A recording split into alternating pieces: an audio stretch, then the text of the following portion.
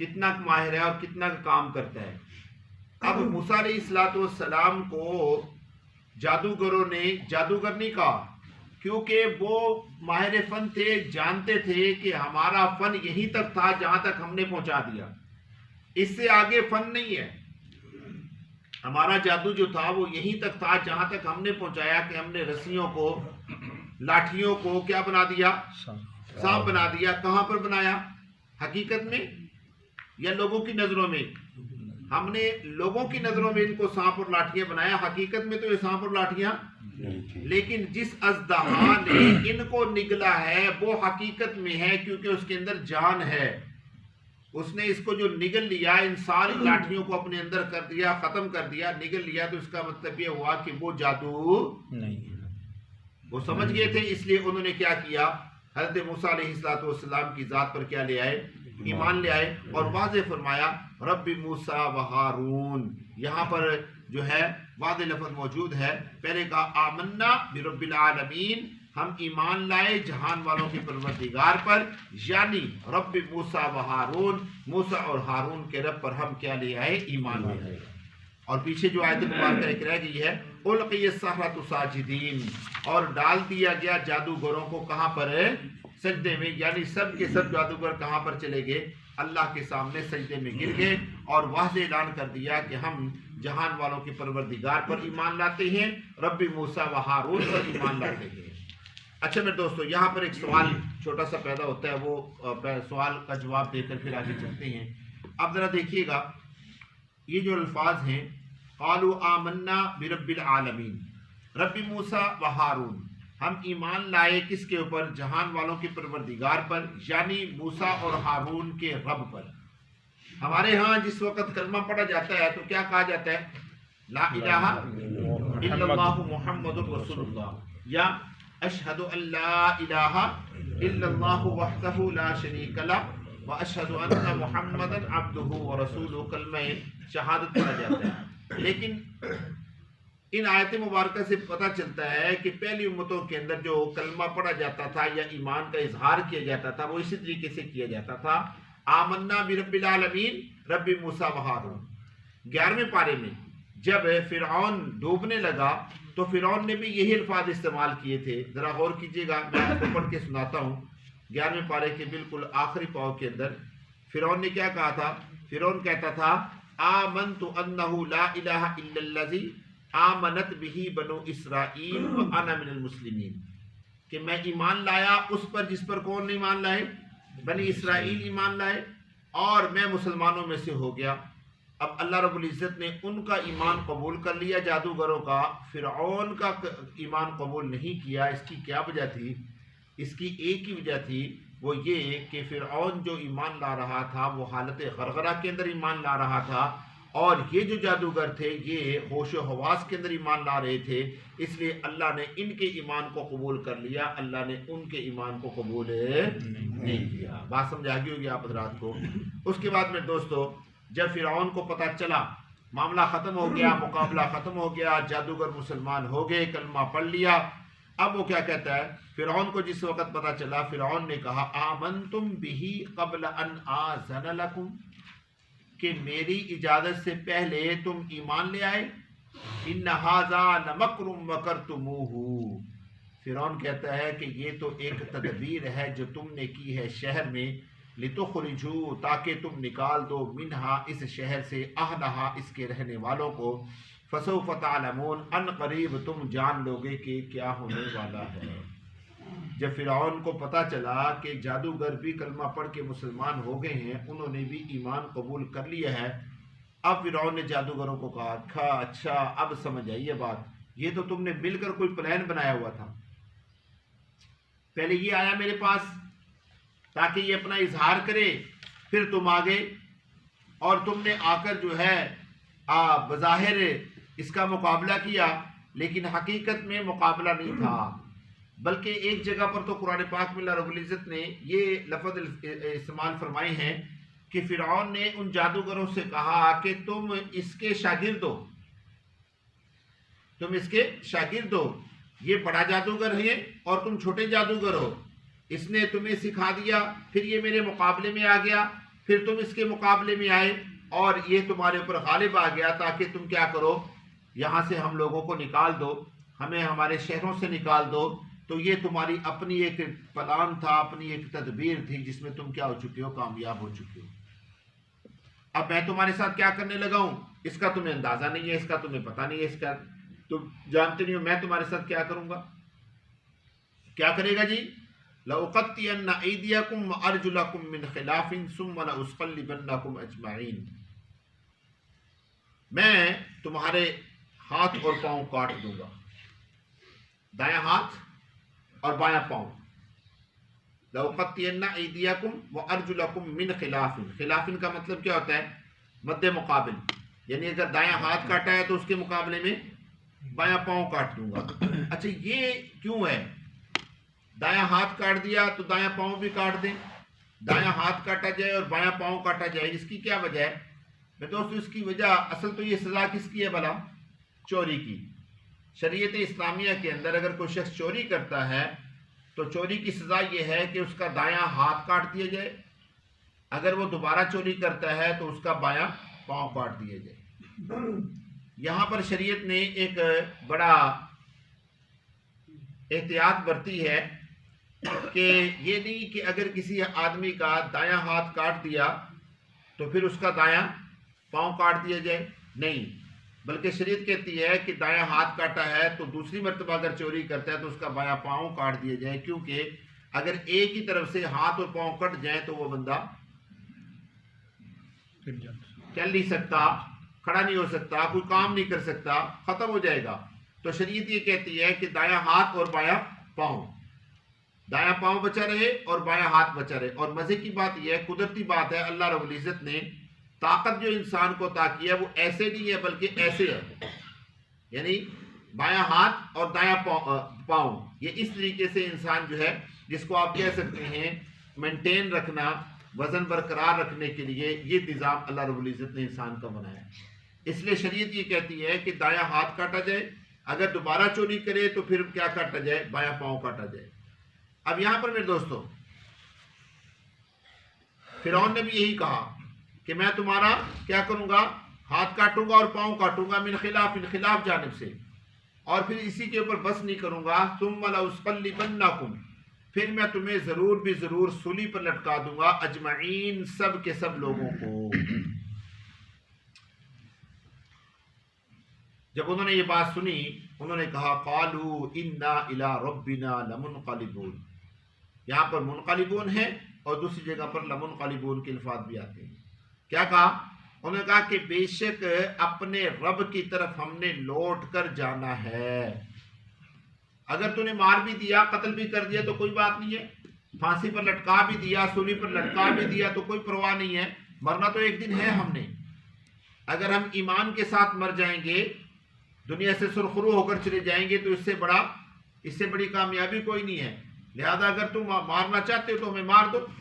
وَمَا تَنْقِمُ مِنَّا إِلَّا أَنْ آمَنَّا بِآيَاتِ رَبِّنَا لَمَّا جَاءَتْنَا، اور آگے سے انہوں نے یہ بھی کہا کہ تو ہم سے انتقام نہیں لے رہا، تو ہم سے انتقام نہیں لے رہا، صرف اس وجہ سے انتقام لے رہا ہے ان آمنا بآیات ربنا، کہ ہم ایمان لے آئے اپنے رب کی آیات پر، لما جاءتنا، جب وہ ہمارے پاس آ گئیں۔ یعنی جادوگروں نے واضح طور پہ فرعون کو کہہ بھی دیا کہ ہم سے جو تو انتقام لے رہا ہے یہ اس وجہ سے لے رہا ہے کہ ہم کیا لے آئے؟ ایمان قبول کر لیا، ہم نے کلمہ پڑھ لیا۔ اور میں دوستو حقیقت بھی یہی ہے کہ مسلمانوں کے ساتھ جو ظلم اور زیادتی ہوتی ہے وہ اس وجہ سے نہیں ہوتی کہ ہم کوئی وقری مخلوق ہیں، ہمارے اوپر جو ظلم اور زیادتی ہوتی ہے پوری دنیا کے اندر آج بھی اس وقت بھی مسلمانوں کو جو طرح طرح کے ظلموں میں مبتلا کیا جا رہا ہے، صرف اس وجہ سے کہ ہم مسلمان ہیں، ہم نبی کا کلمہ پڑھنے والے ہیں، ورنہ یہودی بھی تو ایک نبی کا کلمہ پڑھتے ہیں، عیسائی بھی تو ایک نبی کا کلمہ پڑھتے ہیں، باقی جو قومیں ہیں وہ بھی کسی نہ کسی کو اپنا بڑا مانتے ہیں، لیکن ان کے ساتھ تو کوئی ظلم اور زیادتی نہیں ہوتا۔ کبھی دیکھا کہ سارے عیسائیوں نے مل کر یہودیوں کو قتل کیا ہو، یا یہودیوں نے کبھی عیسائیوں کے اوپر ظلم اور زیادتی کی ہو، یا ہندوؤں نے مل کر یہودیوں کو مارا ہو؟ نہیں، ایسا نہیں ہے۔ کیوں نہیں ہے ایسا؟ اس لیے کہ وہ لوگ بظاہر اپنے آپ کو اپنے مذہب کا پیروکار کہتے ہیں، لیکن حق والا مذہب ان کے پاس نہیں ہے، اور حق والا مذہب صرف کس کے پاس ہے؟ مسلمانوں کے پاس ہے، اور وہ ہے کلمہ توحید۔ اور کلمہ توحید بھی نہیں، کلمہ توحید کے ساتھ ساتھ جو ان کو ان کی دختی رگ پہ ہاتھ رکھتا ہے نا، وہ کیا کہتا ہے، دختی رگ پہ مزید مسالہ ڈالتا ہے، وہ ہے محمد الرسول اللہ۔ انہیں اس بات کی تکلیف ہے، انہیں محمد الرسول اللہ، لفظ محمد سے ان کو تکلیف ہے، اور اس کی مین وجہ صرف یہ ہے کہ اللہ تبارک و تعالیٰ نے پہلے مذاہب کے اندر، پہلی کتابوں کے اندر جو عزت، عظمت، رفعت، بلندیاں، ترقیاں محمد الرسول اللہ کو عطا فرمائی ہیں، کسی کو بھی عطا فرمائی۔ تذکرہ کیا بار بار، انجیل کے اندر حضور کا تذکرہ، تورات کے اندر حضور کا تذکرہ، زبور کے اندر حضور کا تذکرہ، سارے صحیفوں کے اندر حضور کا تذکرہ، ہر نبی کی زبان پر کیا کہتے ہیں اس کو حضور کا تذکرہ، حتیٰ کہ آدم علیہ السلام سے لے کر عیسیٰ علیہ السلام تک کوئی نبی ایسا نہیں آیا جس نے محمد اور احمد کا نام نہ لیا ہو۔ اس سے بڑی اور کیا کامیابی ہوگی، سمجھے؟ تو اس لیے انہوں نے کہا ہم نے کلمہ پڑھا ہے اس لیے تم ہمارے اوپر یہ ظلم کر رہے ہو، اگر ہم نے کلمہ نہ پڑھا ہوتا تو تم یہ کام نہ کرتے ہو۔ جب یہ بات کر کے فارغ ہو گئے، ربنا افرغ علینا صبرا وتوفنا مسلمین، اب انہوں نے یہ دعا کی، کیا دعا کی؟ کہ اے ہمارے پروردگار ڈال دیجئے ہمارے اوپر صبر، یہ جو ظلم کرے گا نا، زیادتی کرے گا، اس کے بدلے میں ہم پر صبر ڈال دیجئے، وتوفنا مسلمین، اور ہمیں ایمان کی حالت میں موت عطا فرما دیجئے۔ اللہ تبارک و تعالیٰ نے ان کی دعا کو قبول فرمایا، اور اسی حالت میں ان کو موت آئی۔ اب آگے وہ فرعون کیا کہتے ہیں اس کو، موسیٰ علیہ السلام کے لشکر میں شامل ہوئے، اور موسیٰ علیہ السلام کے ساتھ انہوں نے دریا پار کیا یا نہیں کیا، اس کا تذکرہ روایات میں نہیں ملتا۔ فرعون نے ان سب کو قتل کیا یا نہیں کیا، اس کا تذکرہ بھی نہیں ملتا۔ بظاہر یوں ہی نظر آتا ہے کہ فرعون نے ان کو کیا کر دیا تھا، سب کو سولی پر لٹکا دیا تھا، کیونکہ جب حضرت موسیٰ علیہ السلام جو ہے اپنی قوم کو لے کر چلے تو ان میں ان کا تذکرہ نہیں ملتا۔ اللہ ہم سب کو ایمان کی توفیق